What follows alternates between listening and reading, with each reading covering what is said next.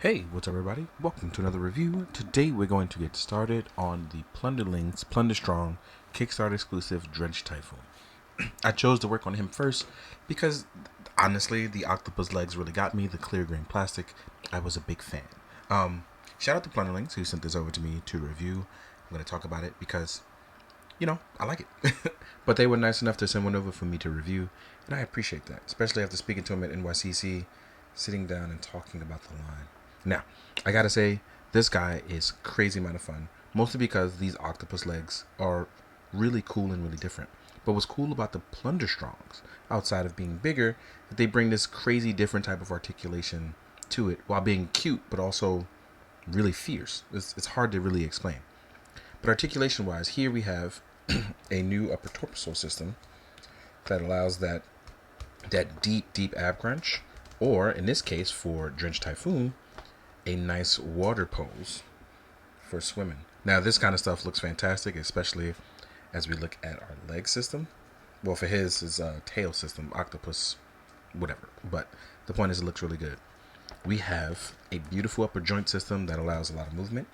We even have beautiful butterfly joints, allowing for that nice movement, mostly for going forward. We are double jointed, and it's crazy because even though this is a single joint, we're single jointed, but it does move really nicely like a double joint. That's what I meant to say. Apologies. Right? And then we still have bicep swivel, but all of that allows it to still get enough range so that way the character can at least touch their chest. That is a lot of range of movement that allows for a character, as you can see here. We even have nice, beautiful neck articulation and movement. The only thing we don't have is the traditional movement in the legs. But as you can see, you can rotate here. We have a rotation here. All right. We can even turn it all the way around.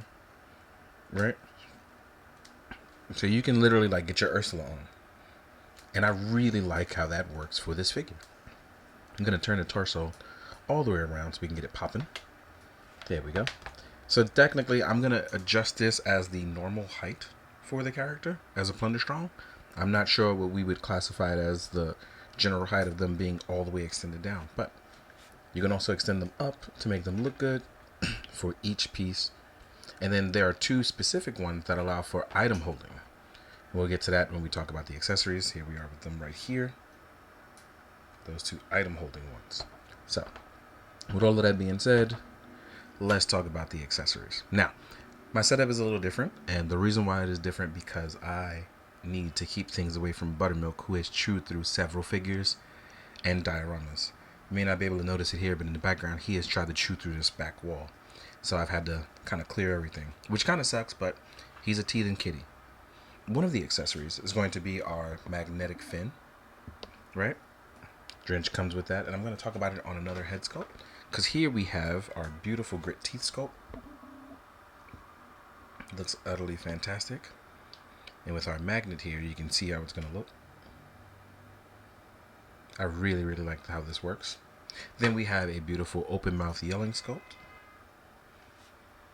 Autofocus is not autofocusing. Let's move you out of the way. Maybe that will help. Right. Next up, we will get hands that work on vertical joints, whereas those ones are horizontal.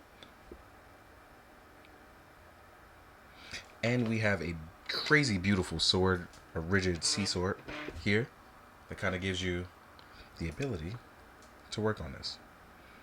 Right? Now, when we talk about that, we also can go back to what we were saying before when talking about these tail fins, which allow for the grabbing of items. As you can see right here. I'm actually going to leave that on him.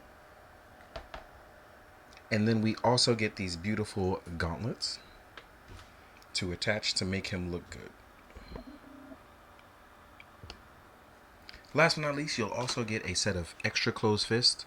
These are going to be for your tiny little Plunderlings that you can add on.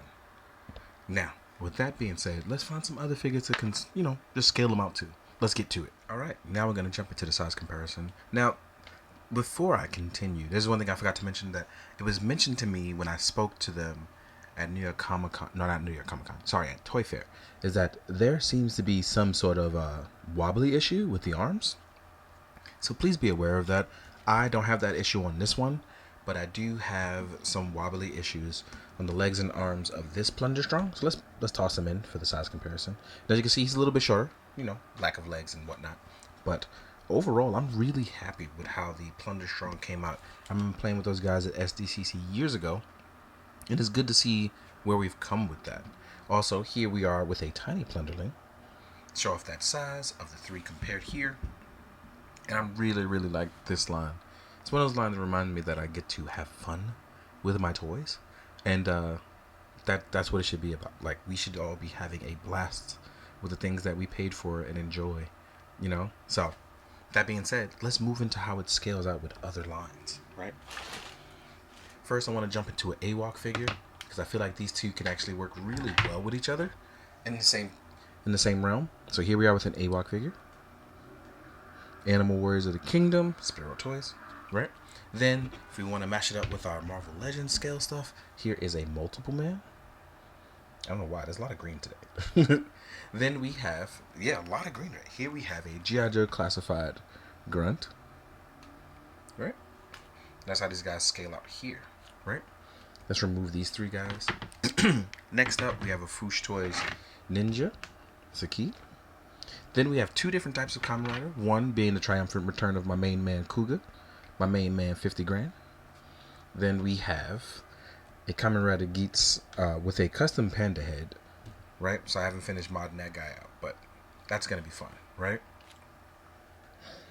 I wouldn't say custom, more like a kit bash, right?